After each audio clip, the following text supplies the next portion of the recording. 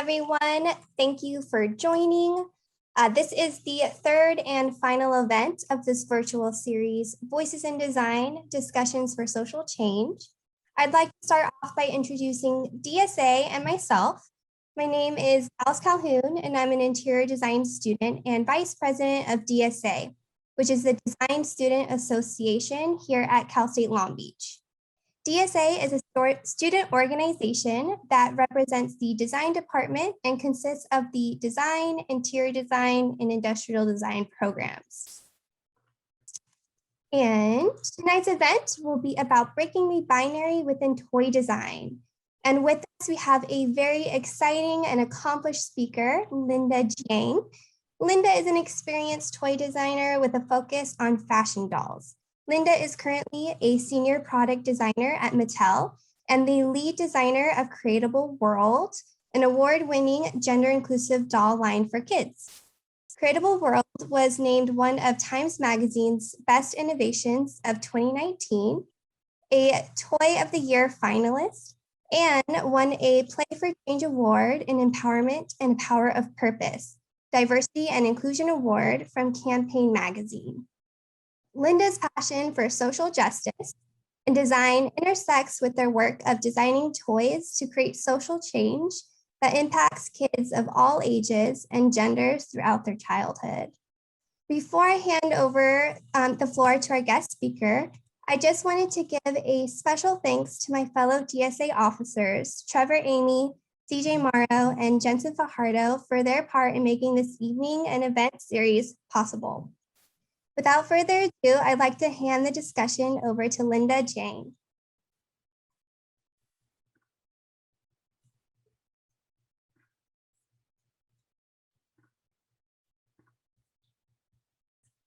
All right, can everyone see my screen? Hi everyone, my name is Linda Jiang. I'm a senior product designer at Mattel, and I'm so honored to be talking to y'all on design activism, breaking the toy binary. When most people hear the words Mattel and doll, they tend to think Barbie or perhaps Monster High. While the messages of you can be anything and be unique, be yourself, are aspirational and inspire self-discovery, the doll brand I designed, Creatable World, celebrates diversity in a different way.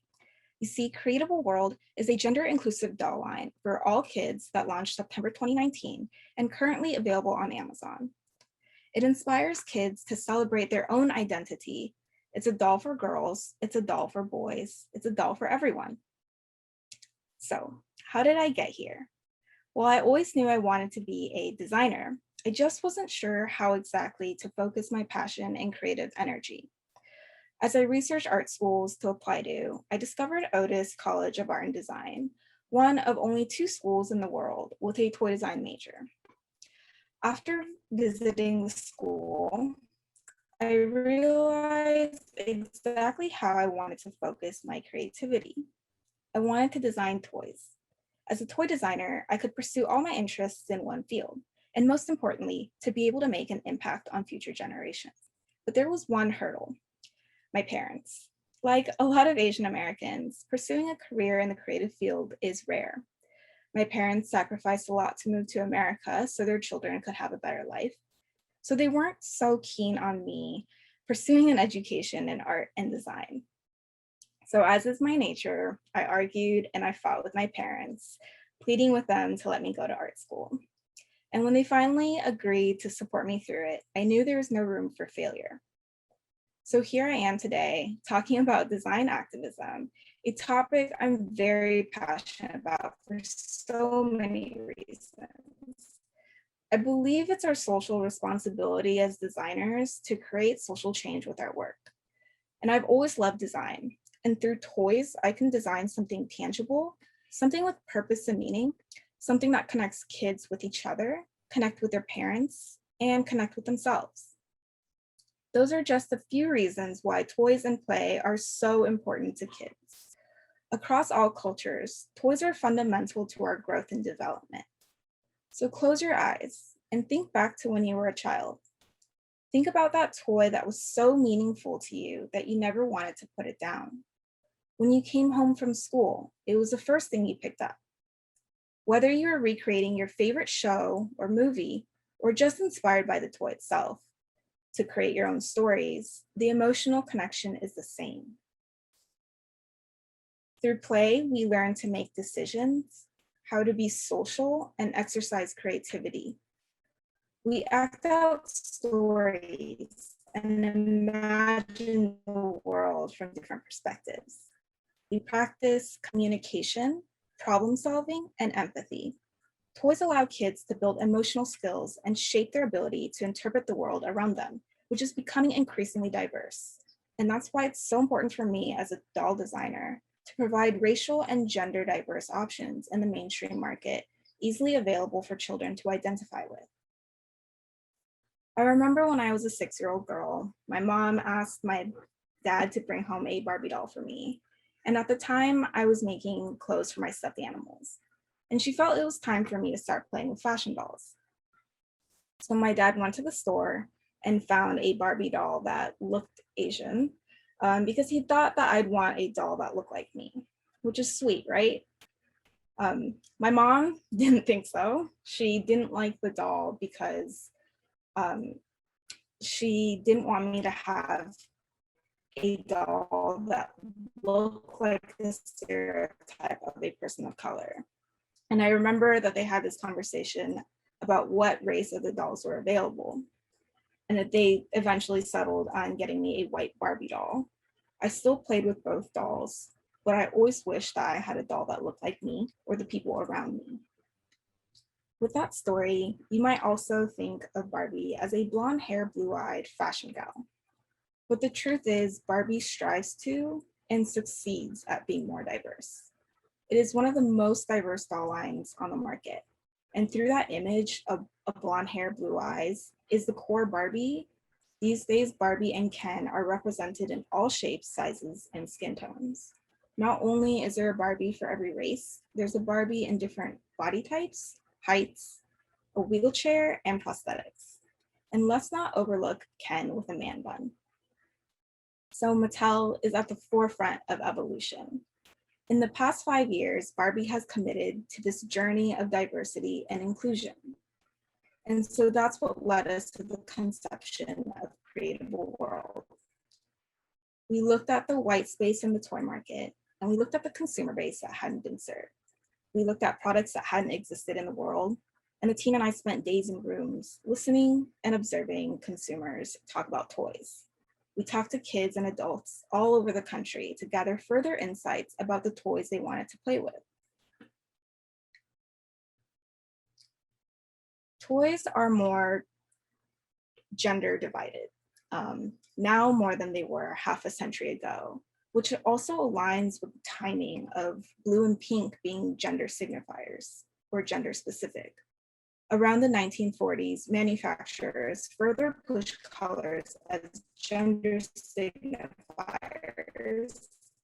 pink for girls and blue for boys. So if a family could decorate the nursery all pink when they were having a girl, and if their next child was a boy, they would have to start all over with blue stuff. So as this trend influenced baby clothing and baby products, obviously this influenced the toys that these babies would grow up playing. Trucks and hero action figures are marketed to be aggressive, involve action and excitement, where dolls like fashion dolls, baby dolls, and princesses were marketed as passive, emphasizing beauty and nurturing. Gendering play patterns to be specific to one group of kids is not productive and is fairly harmful. Case in point, this is a comic by Damian Alexander. You can find him on Instagram. I think it's a wonderful comic. So kids are already accepting in kind, and they don't think about what is for girls and what is for boys. They become aware of the gender disparity because adults teach this stuff. And kids are impressionable. Doll play allows children across the gender spectrum to develop empathy and social processing skills more than solo tablet play. So even when playing by themselves, dolls encourage free play to discover their interests, worries, and dislikes. It also allows kids to practice and expand their vocabulary by talking about their feelings. Cardiff University and Barbie published a study conducted using neuroscience to explore the positive impact doll play has on children, bringing to light evidence that doll play activates brain regions that allow children to develop empathy and social information. I highly recommend you check it out.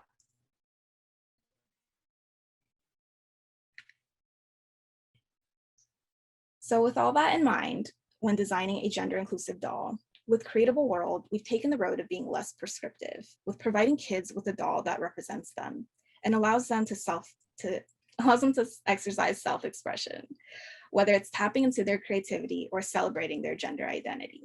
Representation is critical.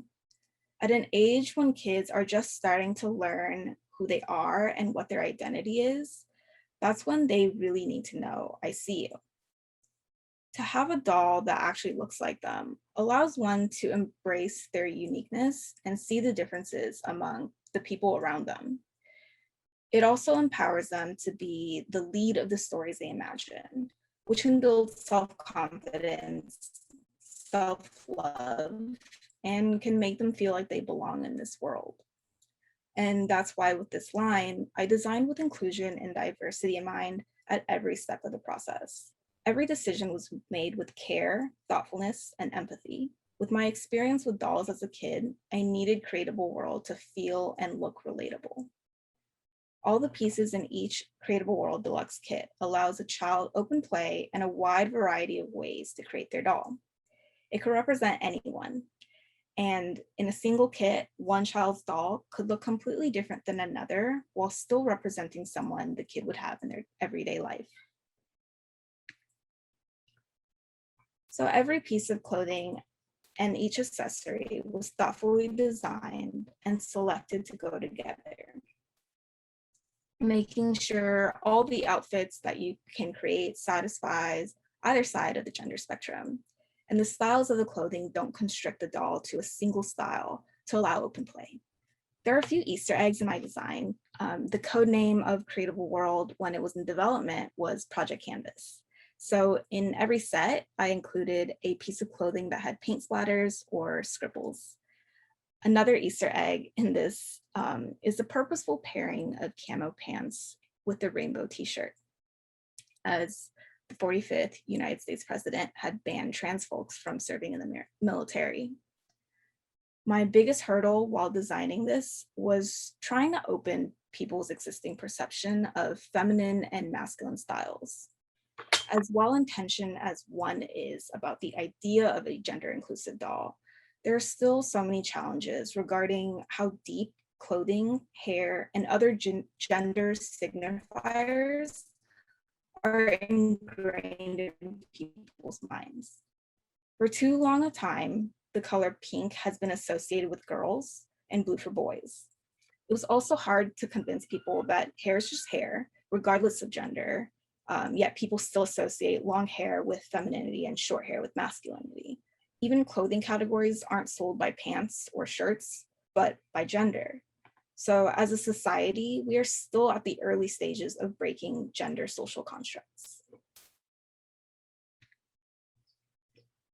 We're surrounded by beauty every day, and it comes in many different faces, forms, and walks of life. I wanted Creatable World to celebrate all of that beauty. So representing diversity in design should highlight the uniqueness of a certain race, but not necessarily make it a defining factor. Because if you carelessly place emphasis on specific features of respective races, one could perpetuate damaging stereotypes. So with Creatable World, when designing these dolls, it was a choice to launch with one sculpt and one face for all dolls. Each doll is a customizable blank canvas. And a lot of thought went into the combinations of skin tone, hair color, hair texture, eye color, the eye shape, and the lip color. We looked at faces from all different races and drew inspiration from Martin Schuller's Portraits of People for the changing face of America. So the doll's face design doesn't scream girl or boy, but rather captures the youthful look of a child of any gender. So you may notice how the face looks more natural than a traditional doll. There's no heavy eyeliner, eyelashes, or glossy lips, but there's natural, full-looking eyebrows. The design and the colors of the hair and skin also complement each other. There are a variety of short hairstyles with different hair textures, and the wig fits over the short hair easily, like a hat, for fun transformation between short and long hair. In addition to the depth of research I did, during each stage of the preliminary design process, I asked my coworkers and friends who these dolls represented to critique every aspect of the doll design, from the texture of the hair, the style of the haircuts, the eye colors and lip color to skin tone. So my intention of celebrating natural beauty didn't come across as offensive. The sculpt is the foundation of the doll. The proportions and the size of the doll should be easy for kids to hold in their hands and dress. And I worked really closely with my amazing sculptor, Kataya. Together, we really studied the human body and face to create a harmonious blend of features. For example, if the jawline was too strong, it would automatically read as too masculine, no matter how soft the rest of the features may be. So our final look of the doll is a fine balance of masculine and feminine features, all the while still looking aesthetically pleasing and charming.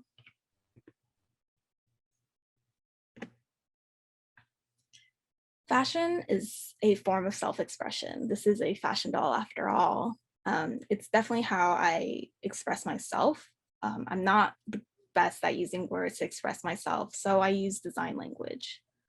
Every day when I wake up, I like to put on something that makes me feel good or something that matches my mood. This was something I had to do even as a kid.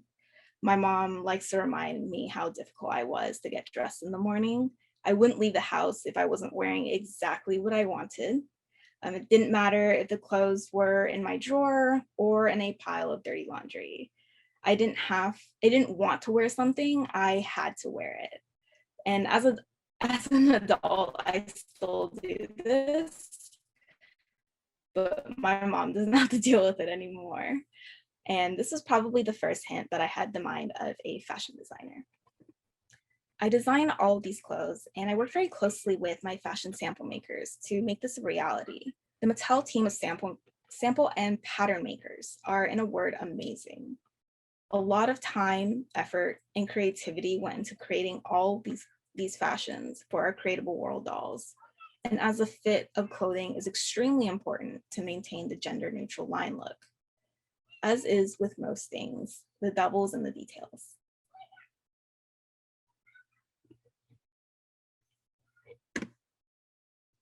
Everything from the materials to the stone details, the pockets, the buttons, the working zipper, and more further enhance these fashions. And they're designed to be mixed and matched for personalization and customization. And as you can see, clothing has no gender. The details make the clothes more authentic and relatable. The aim is to design something that any one of us could see in stores or own. And even though some kids and adults may not be able to articulate why these details are so important or even notice them, subtlety matters, and it's my job to make sure the unsayable does not go unseen. Creatable World had been nominated for a Toy of the Year award. Time magazine named Creatable World one of the best 100 inventions of the year. All of this is an overwhelming honor. We even made it onto the cover. And in 2020, we won a Power of Purpose Award in the Diversity and Inclusion category and a Play for Change Award. But as you know, representation of diverse dolls of color and gender is so important. Marginalized groups of people rarely see themselves portrayed in a positive light in the mainstream media. So that positive representation is so critical. It tells someone that they are seen and loved in this world. Nobody wants to feel invisible. So if I could sum up the vision of Creatable World in one statement, it would be these words from one of my favorite artists, Cello Man. If I exist in this world, then I deserve to be represented. Working on projects so far in advance and one right after another, sometimes we forget that the products we design create impact and shape memories. But luckily for social media, I am reminded and grounded by these images of kids loving and playing with their Creatable World doll. The impact of Creatable World is widespread, from the adults who wish that this was something they had as a kid, to the modern kid who refuses to be defined by stereotypes. These dolls are played with at home, but it is also used by teachers in classrooms to teach diversity, inclusion, and gender. It's even used at Mass General Hospital in their gender affirming care as play therapy. I've also met several therapists who use Creatable World as a play tool in their private practice. Seeing how kids and parents light up over the toys you've designed, hearing that it's their kid's favorite toy they got for Christmas that year over their new PS5, it makes the blood, sweat, and tears completely worth it. And this is my favorite part about designing toys. But design activism is not a one-way single lane. There are so many roles in pursuit of equity, inclusion, and justice. Your art is a form of activism, and it can be used to raise awareness, to educate, tell stories, reclaim space, and to celebrate ourselves. To design with inclusivity and diversity, you must decolonize your design thinking. Your work can be more powerful if it's able to connect across multiple intersections. And to implement activism into your design, execution is key. As you've seen, details are important, and as well as impact over intent. This is our social responsibility as artists and designers. No matter what field you work on, always challenge the status quo. And this is how we'll move forward to a kinder and inclusive world for us and for future generations. Within our work, the decisions we make can influence meaningful change. As a fashion doll designer, we can break down the stereotype definition of mainstream beauty. There's everyday beauty around us, which is diverse and unique, and that should always be celebrated. We can break down the gender binary in toys, fashion, and color, as those things have no gender. Gender is a social construct. And when we talk about diversity within the toys we make, that also means we should not have to represent everyone in one doll and product. We should be able to represent the beautiful differences of everyday people in an entire line. So remember to surround yourself with people from different backgrounds, races, beliefs, and identities, not just to only design with diversity, but to inherently appreciate, learn from your surroundings, and understand the value of everyone's existence. We have to make decisions with mindfulness and empathy. These aren't just confined to design activism, but to make a difference in this world as a human being.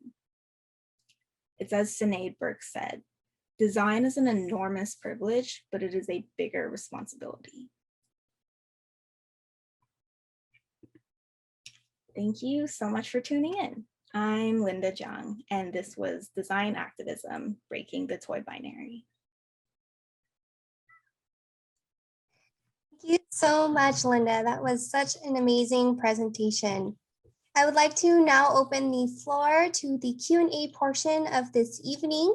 If you would like to ask a question, you may raise your hand by using the reaction button towards the bottom of your screen, or you can type it publicly into the chat and I can read it off.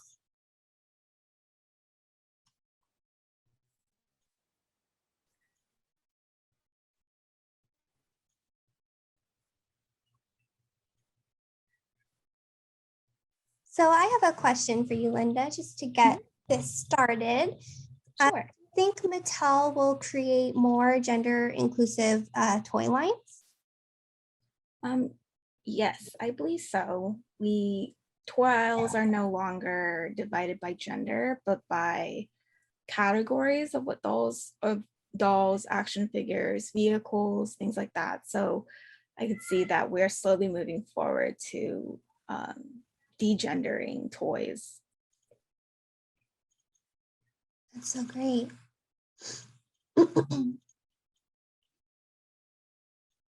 CJ says, all of my questions were answered. Thank you so much for your time. Yeah, it was a very thorough presentation. Thank you. Thank you for having me. Okay, I have a question. How did you get started at Mattel?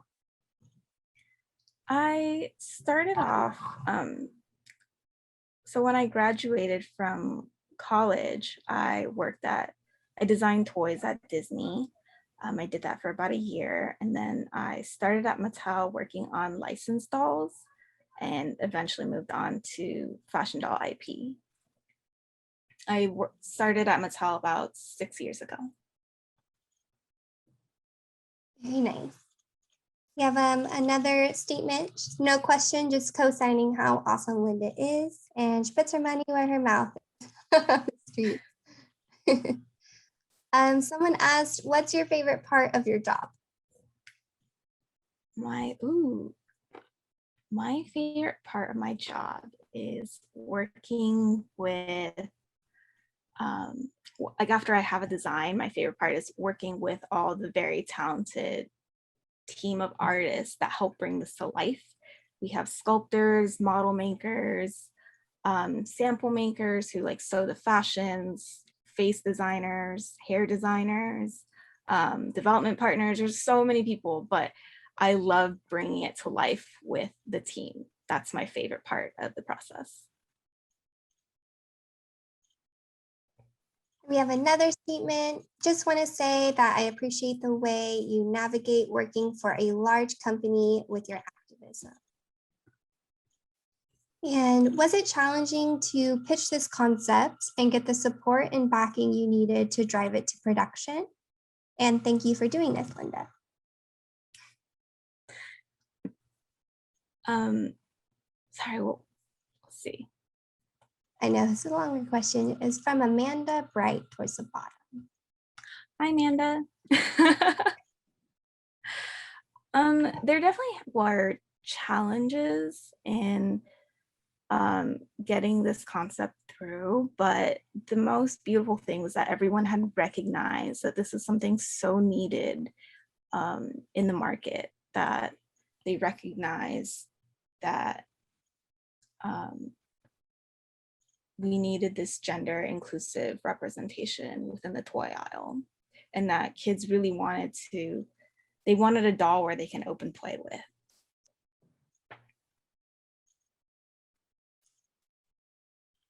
You have achieved so much with this impressive toy line. Do you plan on expanding to this collection or perhaps create more inclusive toys aside of dolls?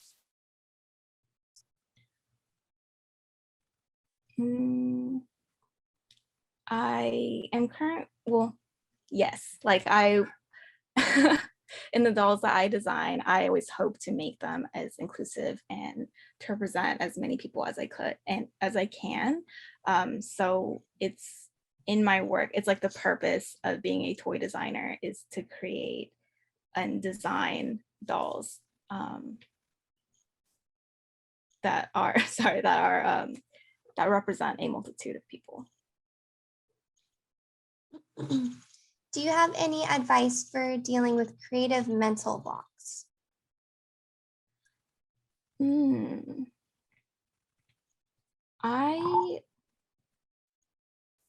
Yes, when I have a creative mental block, something I like to do is people watch. That's actually fairly inspiring, and I did a lot of people watching when I was working on this project. You can learn so much about someone just by the way that they dress, the way they carry themselves. And everyone is so unique and so different that is something that inspires me. That's a great tip.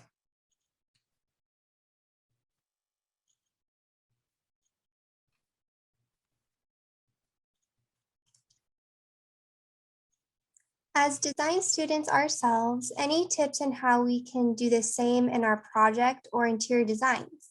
Or I'm sorry, in our product or interior designs. I feel like the stereotype is industrial design is masculine and interiors is feminine.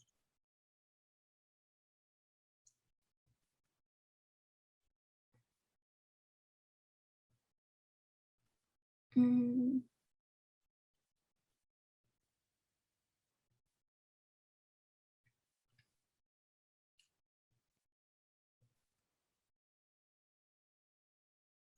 I'm I'm not sure. This one's a thinker. I'll definitely need more time to think about this one. Yeah, I can definitely see where Suzanne's question is coming from, being that I work in interior design and I do often get associations with femininity.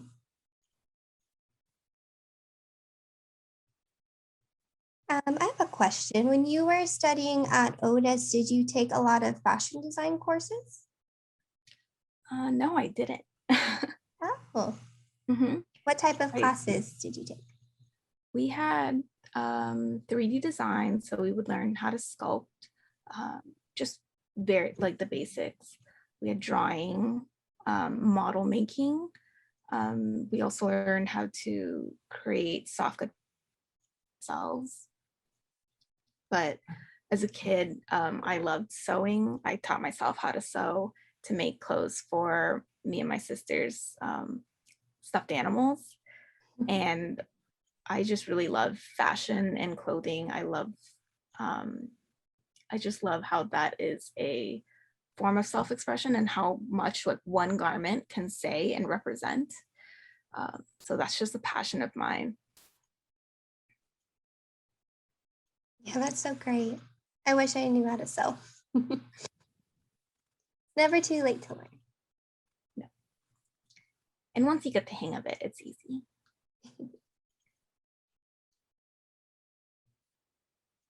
All right. Does anyone have any more questions?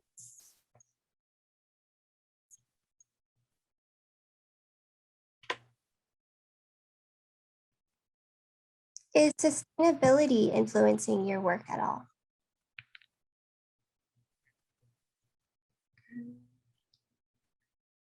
Yes. Um, Sustainability is something I've been thinking about a lot, not just in products and the way we manufacture stuff, but just how do we sustain, um, how do we like, as a designer, how do you personally sustain the work? Um, Keeping that fine balance so you don't completely lose yourself or burn out. Um, that's extremely important. Um, so yes, it does influence my work a lot. How do I balance work and life, and how do I balance things that drive me and things that bring me joy?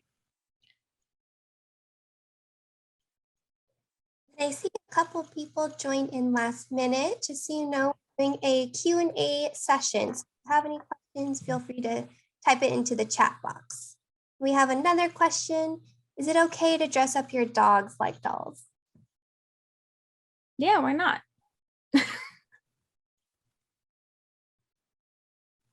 Like your pet dog? I used to dress up my dog growing up. Yeah, it's fun as long as they like it. You don't want Yeah. to force someone to do something they don't want to do.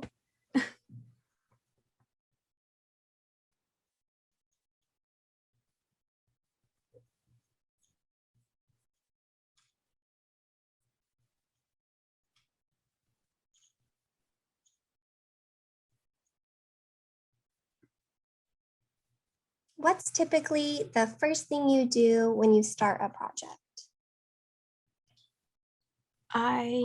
The first thing I do when I start a project is I do a lot of research. I research who my consumer is, what they're interested in, what styles they're looking for, if it comes to a fashion doll. Um, not just in the consumer, but also the product itself. Like what am I designing? Just because I want my product to be as relatable to as many people as possible. And I also enjoy learning new things, so I really do love researching.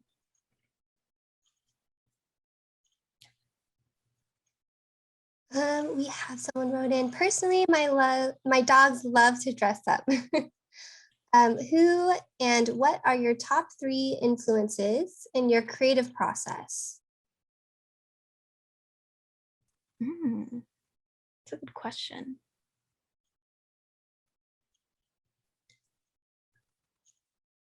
My top 3 like style influences for fashion or for when I design product.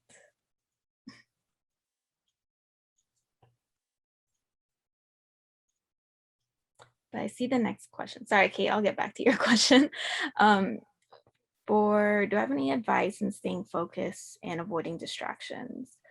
If I find myself getting distracted, I'll take a break and just like actually distract myself from what I'm working on.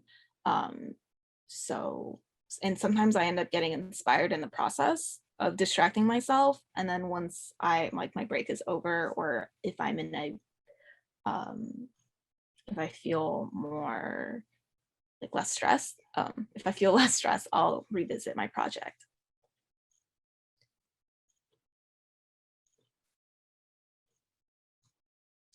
And then Kate said, any, I would say. For fashion, I love looking towards these fashion designers that are doing unconventional things. Like my personal favorite designer is Yohji Yamamoto. I love his design philosophy, and everything that he creates exudes and expresses that is it's pretty amazing. But as influences, I always look up to, depending on like, let's say if I'm working on something that's product or something that's like fashion, if I have like several people I've like researched and looked into, it's like, oh, this is what I'm designing and I have these people in mind. Like these designers are influencing, like their philosophy is influencing my designs. Those are the ones I'll look up to. So it differs between every project because not every project is the same. Do you have any tips on how to guide difficult conversations? Oh, that is something I'm learning as well.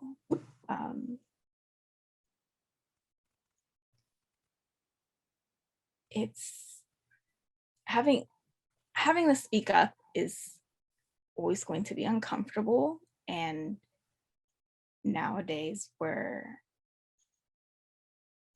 all trying to find our voice and we're all trying to find out how to speak up and advocate for yourself and for others.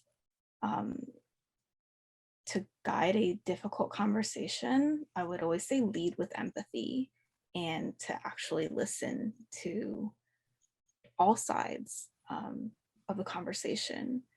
It's really important to make someone in those conversations, the people who are talking, it's really important to make them feel heard and seen. Even if you don't agree with them, you have to lead with empathy.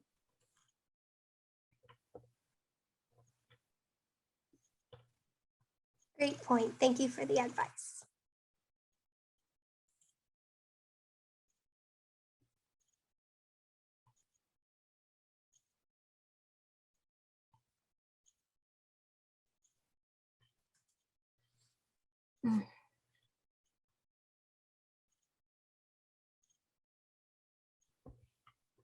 Give a few more minutes for some last questions.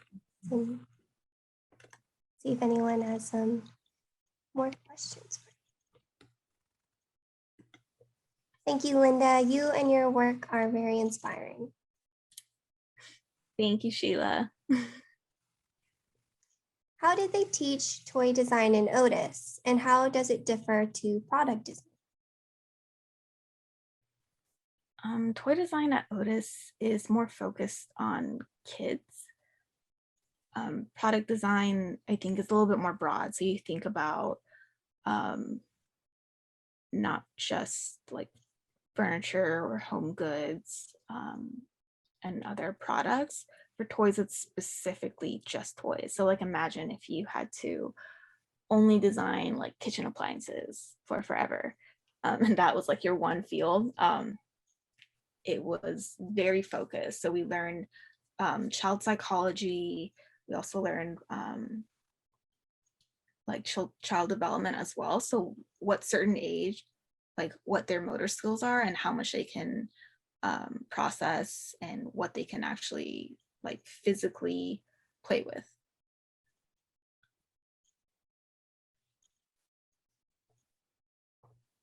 Do you have any longer term goals, aspirations in your career field?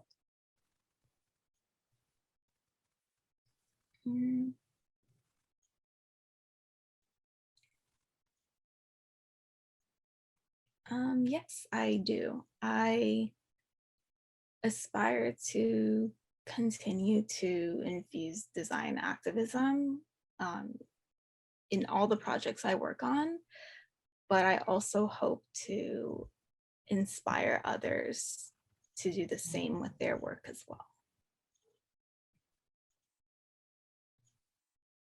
Do you have another dream project you'd like to work on?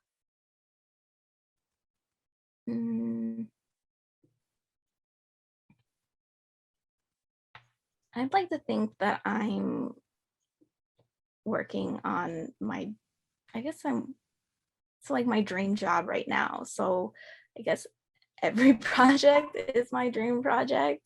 It's pretty incredible to be able to design toys and know that I'm making an impact and that this is something I really, really wanted to do.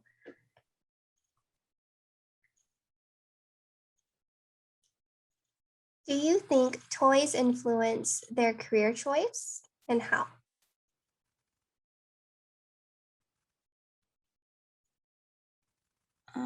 Like the toys I played with as a kid and if they influenced my career choice, I believe is a question.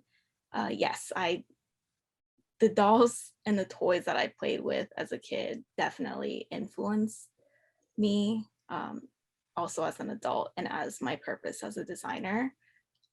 Like the stories of my first Barbie doll and all the toys I had as a kid definitely influenced the way I design toys now.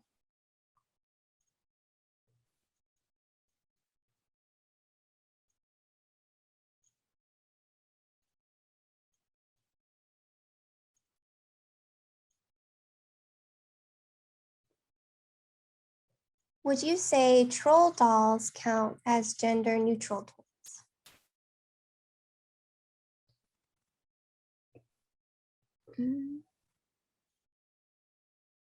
Yeah, I definitely think they do.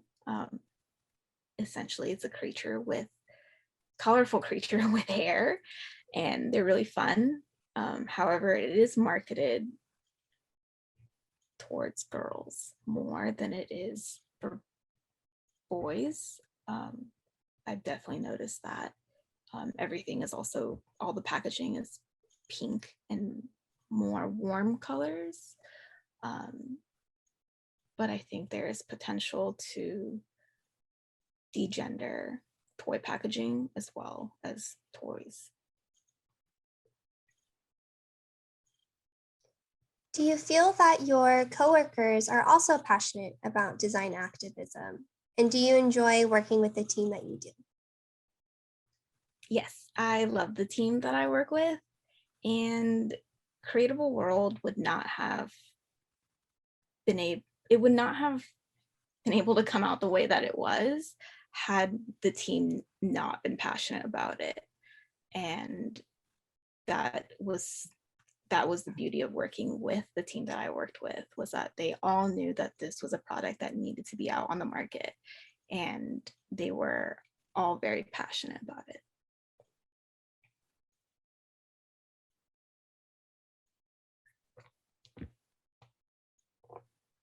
When you're designing a product, does that include the product packaging, marketing, and graphic design? No, as a product designer, I'm just in charge of the product. We do have a packaging team, a marketing team, and a graphic design team. So all of the responsibilities are assigned to their respective roles, but we all work together.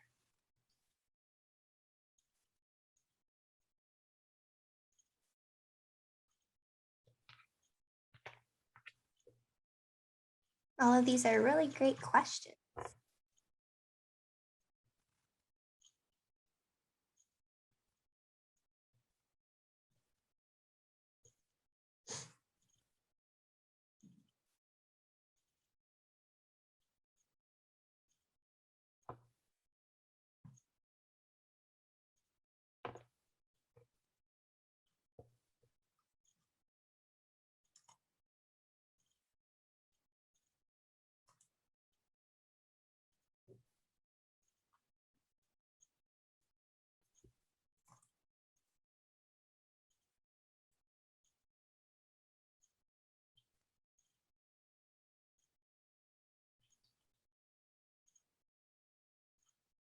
Thanks so much for your time and insight. You're welcome. Thank you for listening to me. Any advice for how to combat imposter syndrome? I struggle with it often in my work. Oh, I don't know, because I'm also in the same boat, to be honest. I understand how you feel.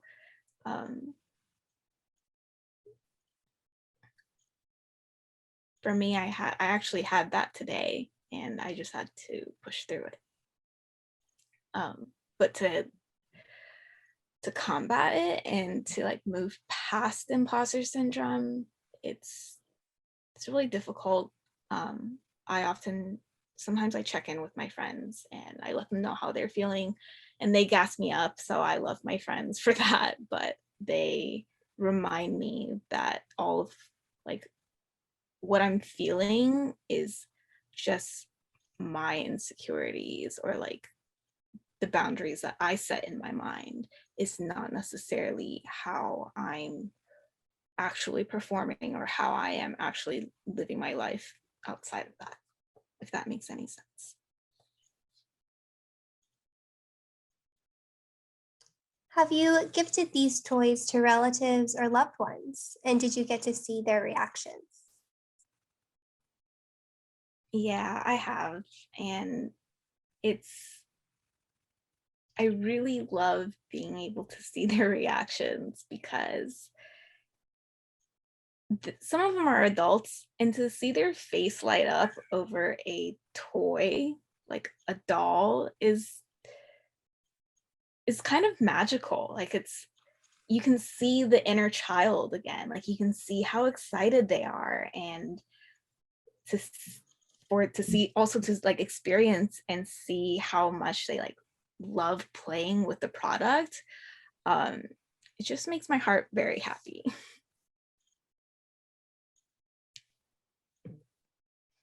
I thought you comment on package design was very interesting. What are some of the other ways designers can be more gender neutral with package design?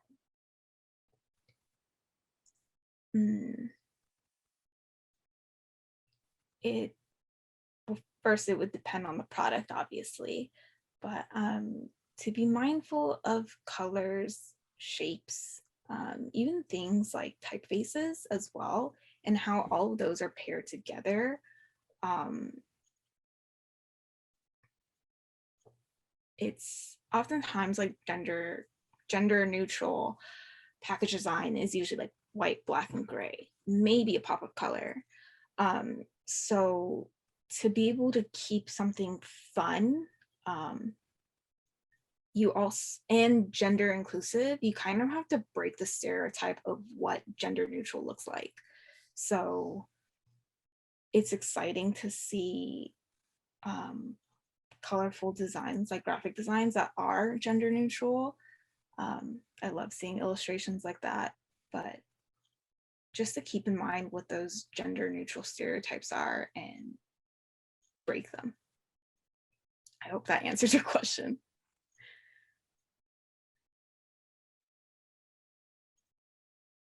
You're welcome. I was wondering, in your presentation, you mentioned that certain therapists have used your toys as part of their therapy. Did you ever receive feedback from those? No, I haven't. I haven't followed up with them, but they told me about it, and I thought that was pretty incredible to be able to be a part of a product that helps kids find out what their identity is. Yeah, that's so great. So more people have hopped in. So just so you know, we're in the middle of a Q&A session with Linda Jiang, toy designer at Mattel and the lead designer of Creatable World. We've been getting some really great questions in the chat box. Feel free to raise your hand with the reaction button as well. And if I haven't seen your hand raised, I'm sorry. I'll try to click through to make sure I see everyone.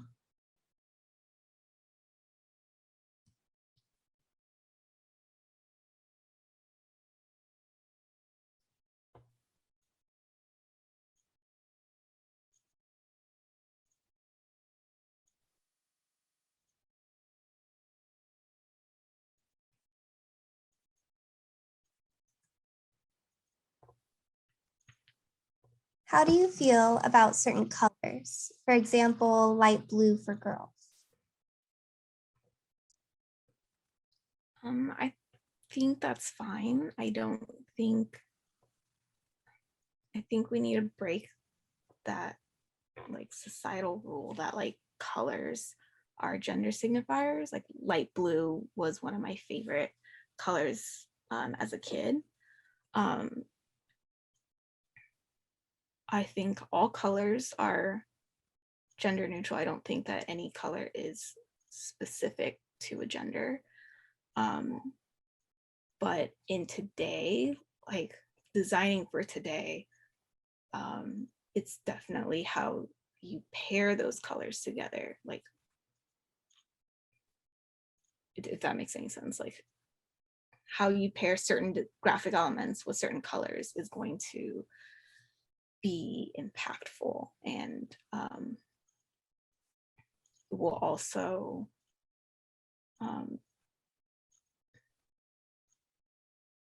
set the tone whether it is gender neutral or not.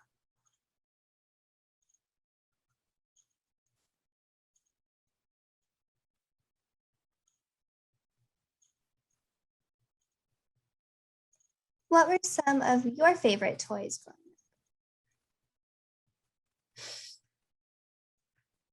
Some of my favorite toys growing up, I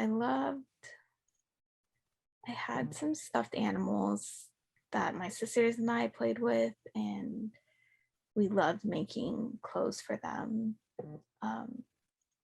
I also had Barbie dolls as well.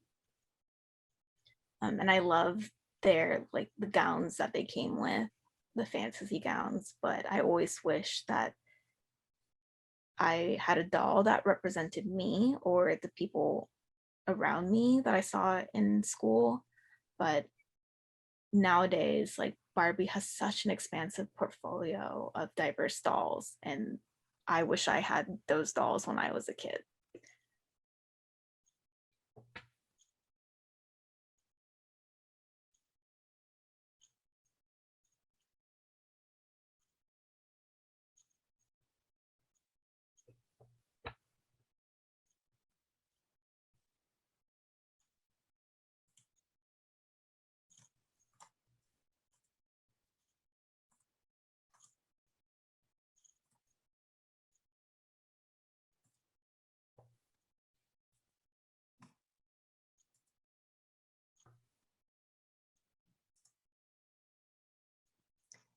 Do you think playing with physical toys versus apps and games is better for childhood development?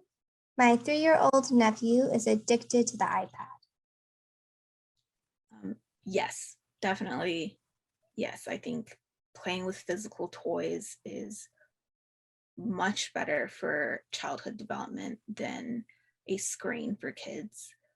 You can see that a lot of kids these days that have been brought up in front of a screen, they lose their fine motor skills. They aren't able to do certain things, like for example, put doll shoes on. And it's interesting observing kids play with toys and seeing this newer generation. It's like you can see as like time goes on, like how fine motor skills are lost and harder for kids in present day. So not only is it are like toys important to teach empathy and like social building, but it is very important to like build that physical development as well.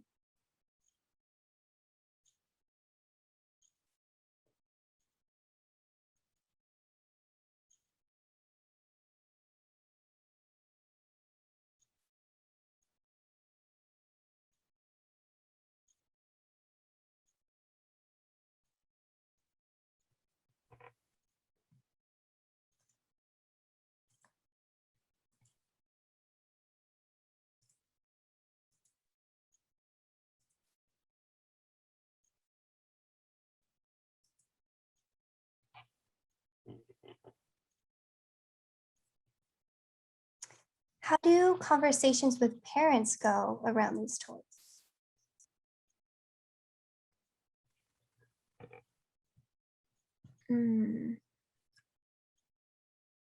What I had observed is that kids immediately get it. They immediately understand that the Creatable World doll can be anything that they want it to be. Whereas parents were the ones who were more hesitant and more anxious because they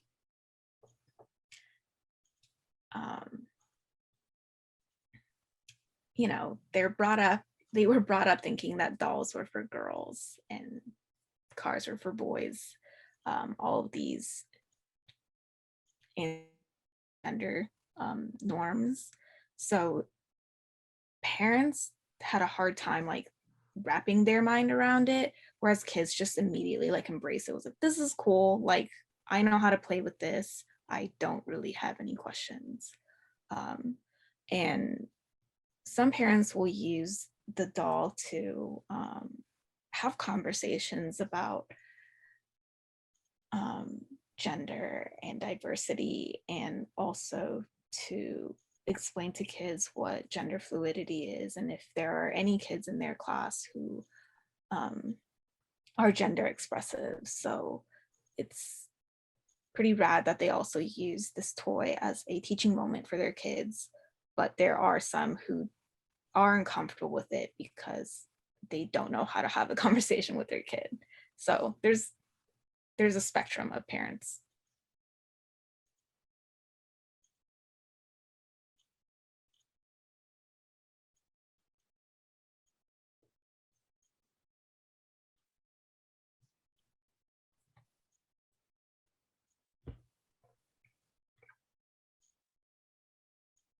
Do the Creatable World dolls come with names and pronouns?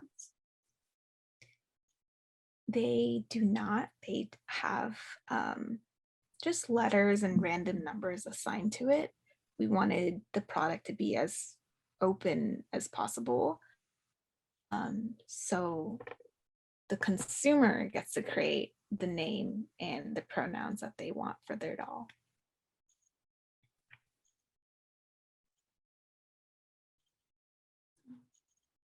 Rad, that's awesome. Thanks. What was the experience like for you and your team once the Creatable World started getting recognition with awards and nominations? it was pretty exciting. It was really exciting that Creatable World was getting recognition and being publicly talked about. I was, as while designing and developing this line, I couldn't talk about it. And not just like people, obviously not to people outside of Mattel, but I also couldn't talk about it internally as well. So once it started coming out, it was a little scary to talk about it. I didn't have anyone to talk about it with for so long. So yeah, that was that it was all I also had to learn to talk about it as well, to like not be afraid too.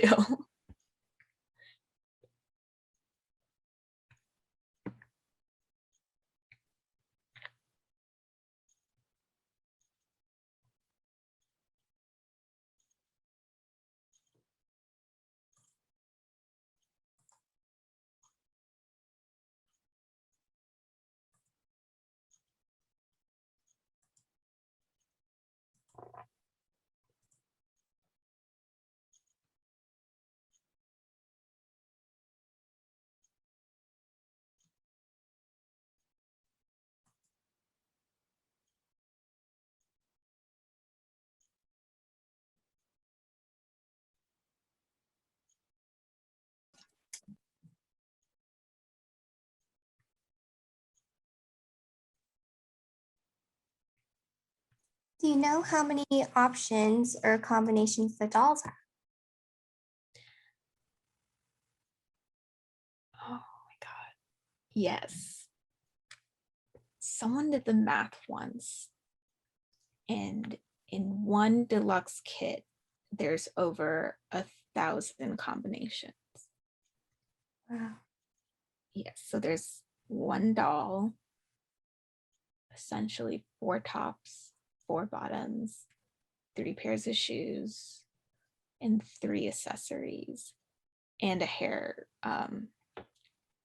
short hair option and a long hair option. So quite a few people did the math, including my development engineer, Paul, and we had over 1,000 options.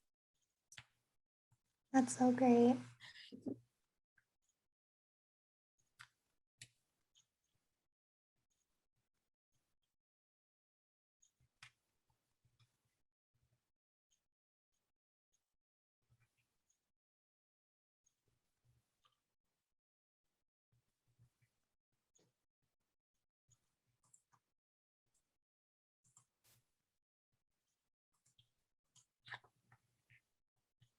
How many people are on your team?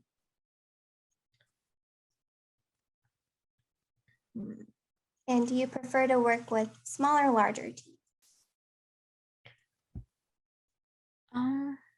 Wow. There are, I want to say, over 200 people have worked on Creatable World. I'm the designer, but I also work with a lot of artists and creatives. Like, I'm the product designer, but there are also lots of creatives that work on it as well. Like I had mentioned, the face and hair and soft goods and sculptors and model makers. Um, Tons of people in engineering, marketing, packaging, brand marketing, social media. Um, it's hard to say how many people are on the team.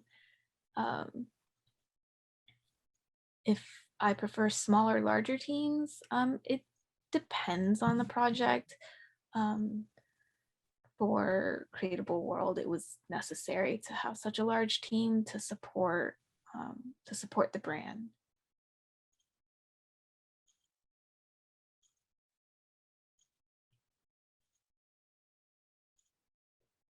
What are some of the biggest misconceptions parents have about gender inclusive toys? That they all have to, that they they have no color. I think that's one of the biggest misconceptions, and that they have to be random like wood shapes. And in black and white, I think anything can be gender inclusive.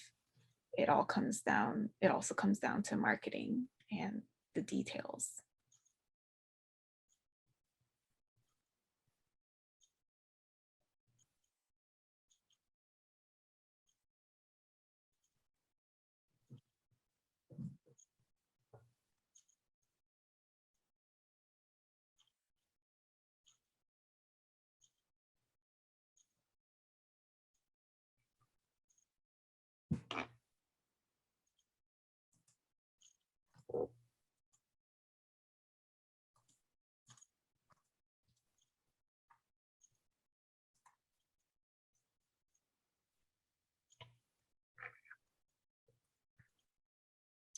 Do you have any other favorite gender inclusive toys, either classics or new toys?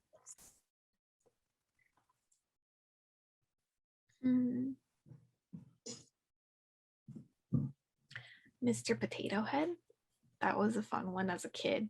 You can make it whatever and however configuration you want it to be. So that was a lot of fun.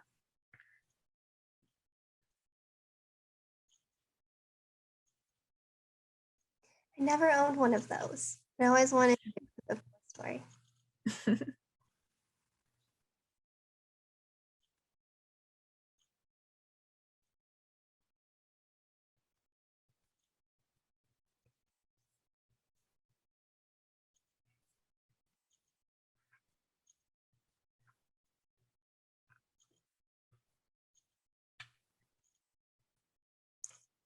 Speaking of Mr. Potato Head, do you think Creatable World has had any influence on Potato Head's rebrand?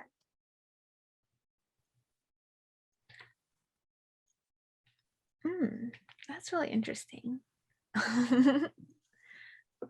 I don't know what to think of that specifically, but I'm also really happy to see that Potato Head has rebranded to be gender neutral or gender inclusive.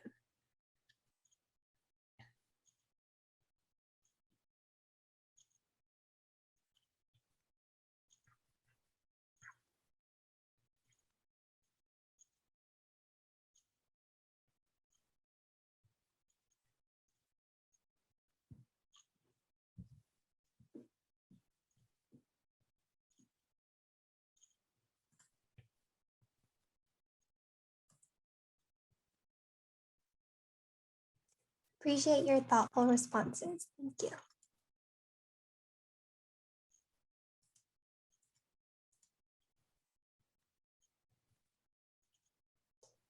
Well, if anyone has any last questions, make sure you get those in now. Otherwise, I think we'll probably start wrapping this up.